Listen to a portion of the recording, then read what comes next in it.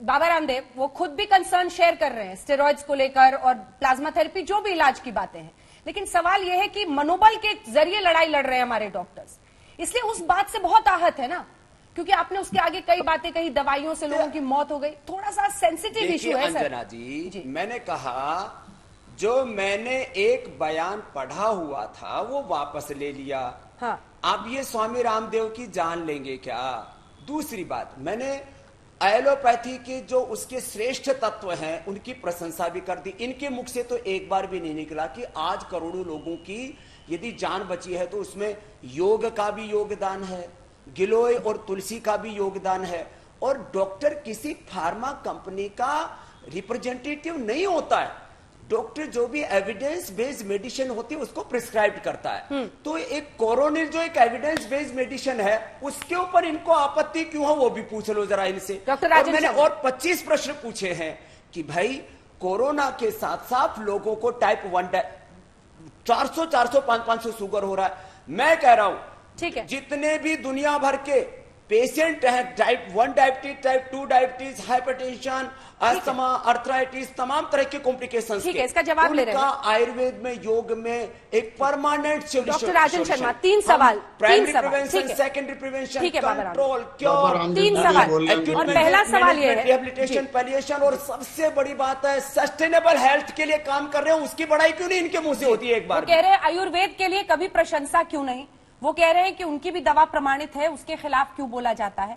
और दूसरी तरफ स्टेरॉइड के ज्यादा इस्तेमाल से कई लोगों के शुगर में बहुत ज्यादा इजाफा आया और हमने देखा कि किस तरह से ब्लैक फंगस से लेकर तो अनेकों बीमारियां साइड इफेक्ट में हो रही हैं। तो क्या ऐसे में इन सब पर बोलना, इतना गुस्सा उस पर आना चाहिए? डॉक्टर शर्मा, पहली बात, अब आई होप कि मेरे को बोलने दिया जाए। प्लीज बोलिए। बाबा रामदेव जी, आप यमुनानगर से ही योग सीख के गए हैं, मैं भी वहीं से हूं।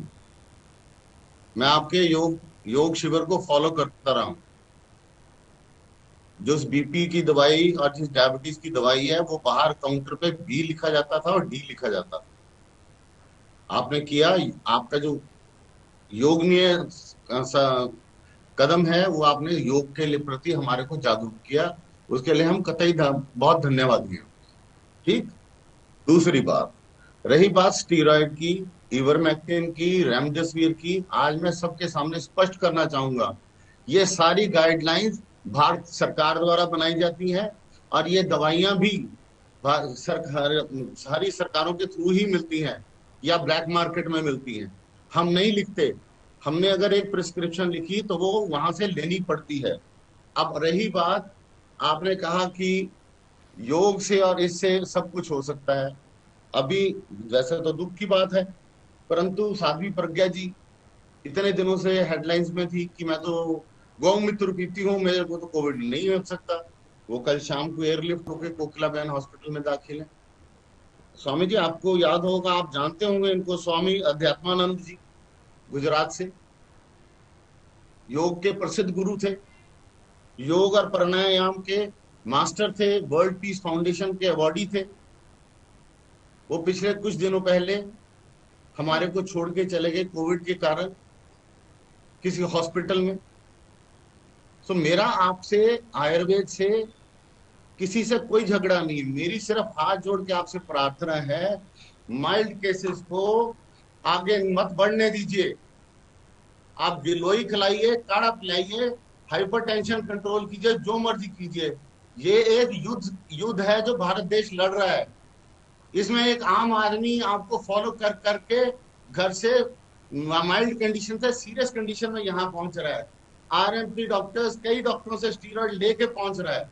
स्टीरॉइड के नॉर्म्स, सारे नॉर्म्स आईसीएमआर, डॉक्टर गुलेरिया के कितने लेक्चर दिए गए हैं जिनमें हमारे को बताया गया है। हम ये ज्ञान वहां से नहीं लेके आए, ये गवर्नमेंट की गाइडलाइंस हैं। ठीक है, आप कहते हैं ऑक्सीजन नहीं देना चाहिए, सुप्रीम कोर्ट ने ऑक्सीजन के लिए क्यों इंटरव्यू किया? सख्त आपत्ति है। आ रही हूं मैं, आ रही हूं बाबा जी, गिलोय का काढ़ा वो जवाब लूंगी, मैं आपसे जवाब लूंगी। सब अपनी बारे में बोले, कितनी घोर आपत्तिजनक बात एक राष्ट्रीय चैनल से कह रहे हैं। तुरंत आ रही हूँ बाबा रामदेव, एक सेकंड, तुरंत आ रही हूँ। एक सवाल मेरा डॉक्टर राजन से और है जिस पर मैं आगे बढ़ूंगी। डॉक्टर राजन, सवाल सीधा है और वो ये कि क्या ओवर प्रिस्क्रिप्शन ऑफ स्टेरॉइड्स हो रहा है, हाँ या ना, आपकी नजर में? know the source of over prescription. It is off the counter from the chemist, and later when the patient is serious, जब patient serious हो जाता है हॉस्पिटल में, तब उसके लिए आप सारी चिकित्सा पद्धति को बदनाम नहीं कर सकते। ठीक है, आप जवाब एक फैक्ट दीजिए। देखिए, जवाब दीजिए रामदेव जी। वो कह रहे हैं आयुर्वेद के भरोसे बैठकर सीरियस ना हो जाए पेशेंट। ये कहते हैं बोलिए कि माइल्ड पेशेंट जो है वो मॉडरेट और सीरियस हो जाएंगे।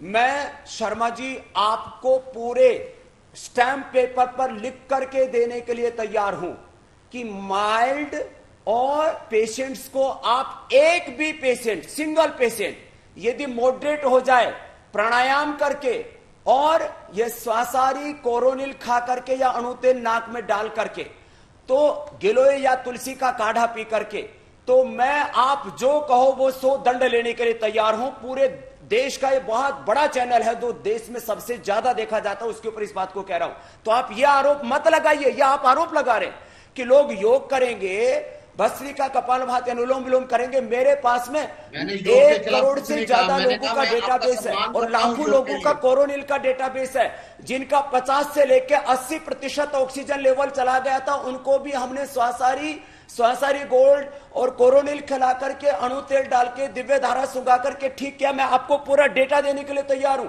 तो आपका ये कहना कि माइल्ड पेशेंट सारी मैनेजमेंट ले लीजिए ना, किलो तुलसी का काढ़ा पिएगा, वो सीरियस या मॉडरेट हो जाएगा, वो मर जाएगा। ये बहुत बड़ा आपका अपमान है। करोड़ों लोग योग आयुर्वेद को फॉलो करते हैं, वो एक साइंस है। आप उसका इस तरह से अनादर नहीं कर सकते कि आप योग को आयुर्वेद को फॉलो करेंगे तो आप माइल्ड से मॉडरेट हो जाएंगे, सीरियस हो जाएंगे और मर जाएंगे।